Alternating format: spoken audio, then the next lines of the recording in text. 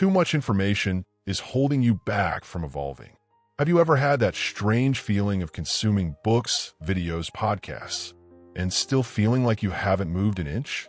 As if the more you learn, the farther away that promised evolution seems to be.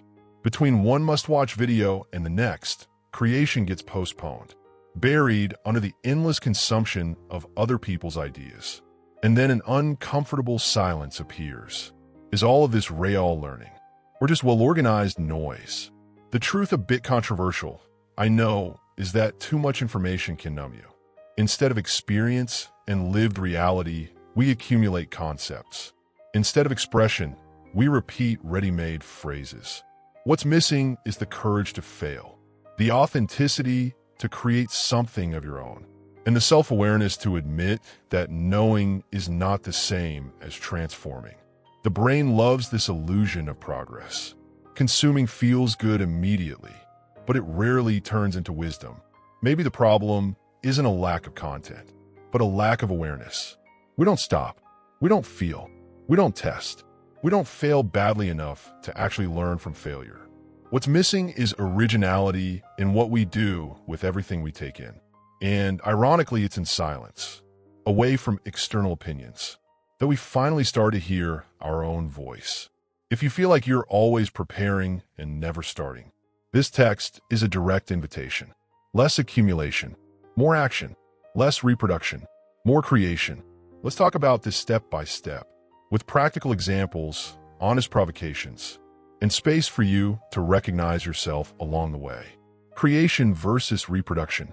The first question worth facing slowly is simple, but uncomfortable. Are you creating, or just reproducing? Many people confuse learning with elegantly repeating what's already been said. They read, watch, take notes, share, but when it's time to produce, they freeze. There's no personal experience, no real, lived reality. Creation demands courage. The courage to leave the safe zone and accept failure as part of the process, not as a moral flaw. Reproducing offers a false sense of belonging. Creating requires authenticity and a certain inner silence to hear what's actually yours. It's in the emptiness far from excessive consumption that true expression emerges. To create is to mix awareness, self-criticism, and originality. Even if at first it sounds strange or badly done. And maybe the point isn't to create something brilliant, but to create something honest, because that's how wisdom begins to take shape. Intellectual shame and the fear of judgment. At some point, almost everyone has pretended to understand a book, a cult movie, or a complex text, just to avoid looking less intelligent. This intellectual shame slowly corrodes authenticity. Instead of saying I didn't get it, the person stays quiet, copies ready-made opinions, and keeps consuming without turning anything into lived experience. The problem isn't not understanding. The problem is abandoning your own experience out of fear of other people's judgment. That fear creates an artificial silence, not the fertile one that generates wisdom, but a silence of repression. Expression disappears. Creation freezes. Production turns into the repetition of socially accepted narratives. The search for external validation starts dictating what to think, what to feel, and even what to like. Recovering the courage to fail publicly, to have a crooked opinion at first, is an essential step to break this cycle. And that naturally leads us to the next point. Information overload and the illusion of progress. Today, consumption has become automatic. 1 book per week, 3 videos a day, podcasts at 1, 5x speed. It looks like discipline, but often it's just anxiety disguised as learning. The brain loves this routine because it creates a feeling of progress, even without practical experience. Awareness gets dull, and creation is always postponed for after I learn just a little more. The problem is simple. Information without lived experience does not become wisdom. It becomes weight. That constant feeling of being behind comes from confusing consuming with evolving. The more content you absorb, the harder it becomes to turn anything into real production. A simple exercise. For every piece of content you consume, Create something small, a paragraph, a reflection, an imperfect attempt. Failure becomes the teacher, and progress stops being an illusion. The neighbor story, and I hate learning. You probably know someone like this. That neighbor who learns by doing. He didn't read 5 books on the subject. He didn't watch endless tutorials. He didn't ask permission from any authority. He just tried. He failed, adjusted, tried again. Without realizing it, he accumulated experience, lived reality, and a practical wisdom that no excess of theoretical consumption can provide. And then comes the shock. He creates without even knowing that he's creating. When someone says, I hate learning, they often hate the traditional learning model, not experience itself. That neighbor learns through failure, curiosity, and spontaneous expression. He doesn't seek validation. He seeks results. This shatters a deep belief. Learning is not about accumulating information. It's about experimenting with awareness. And that realization often triggers a healthy crisis, the kind that pushes us toward the next question. The failure of the traditional education model. Traditional education trained us more to avoid failure than to learn from it. Copy, memorize, repeat. Those who fail are punished. Those who reproduce well are praised. In this environment, creation becomes a risk, and authenticity becomes a threat. We grow up associating learning with anxiety, not with experience, and that creates insecure adults, dependent on ready-made methods and external opinions. When failure becomes the enemy, awareness shrinks, and courage disappears.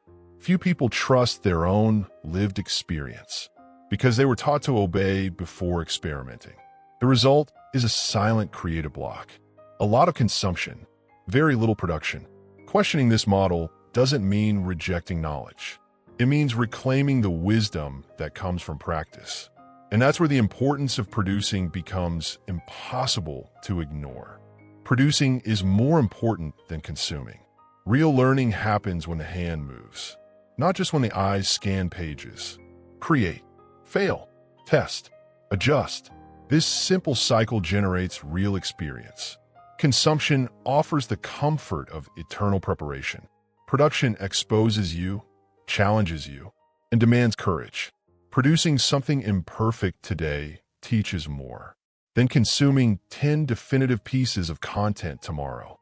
A lot of procrastination disguises itself as study. People say they're learning, but in practice, they're avoiding failure and the self-criticism that creation demands. A practical exercise. Finish a book chapter, write 1 page about how it changes your life. Watch a video, apply 1 idea, immediately even badly. This movement turns information into lived experience, an open space for something often forgotten. Silence. The value of silence. Many people fear silence because it exposes questions that constant consumption helps avoid. When external stimuli disappear, your own awareness shows up, and that can be uncomfortable. That's why there's always a phone, a background video, endless music.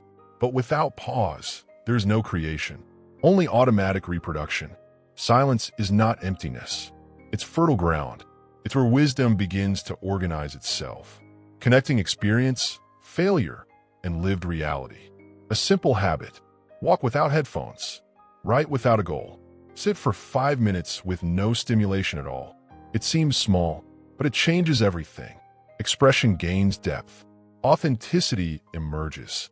And production stops being a response to the world and becomes a response to yourself. And when that happens, the relationship between learning and knowing begins to transform, creating your own learning method. Everyone learns differently, but constant comparison makes us doubt our own experience. We see someone evolving quickly and assume we're doing something wrong, when we're simply moving at a different rhythm. Creating your own method requires awareness, authenticity, and an honest dose of self-criticism, not the kind that paralyzes, but the kind that adjusts the path. Trusting your instinct is an act of courage. It means testing, failing, and adapting without asking for permission. Maybe you learn by writing, by teaching someone else, by practicing in silence, or by failing in public. All of that is legitimate lived experience. When a method is born from direct experience, creation flows, and production stops feeling forced. And then a curious, almost inevitable fear appears. The fear of starting badly. The fear of starting bad. Most people don't fail because they don't try. They fail because they wait to start well. There's a silent culture of perfection. That kills creation before the first step. Social media amplifies this, showing final results without the crooked path. The fear of failure paralyzes, and production is postponed until an ideal moment. That never arrives. Learning requires starting badly, with the awareness that discomfort is part of experience. Every process includes initial embarrassment, doubt, and self-criticism. A simple exercise. Allow yourself to create something no one will see. A text, a video, an unfinished project. Courage grows in movement, not in eternal preparation. And when fear shrinks, space opens for something essential. Authenticity in experience. Authenticity in experience. There's a type of consumption that steals experience.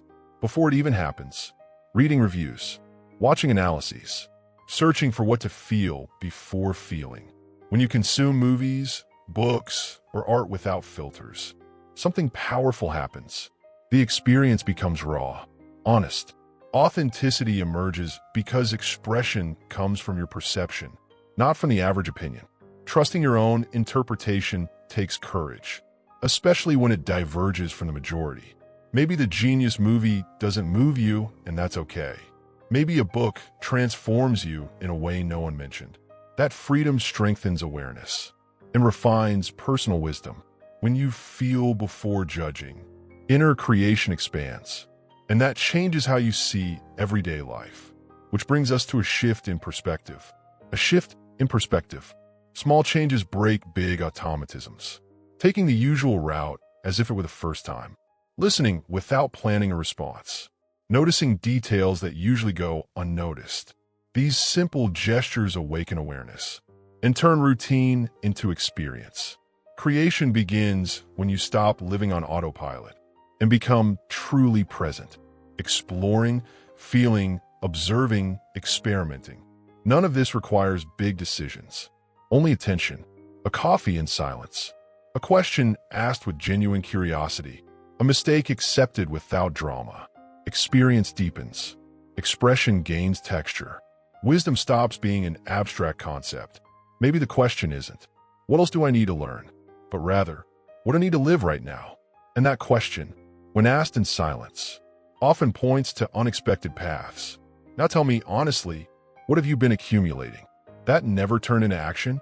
How many ideas were stored away, waiting for the perfect moment?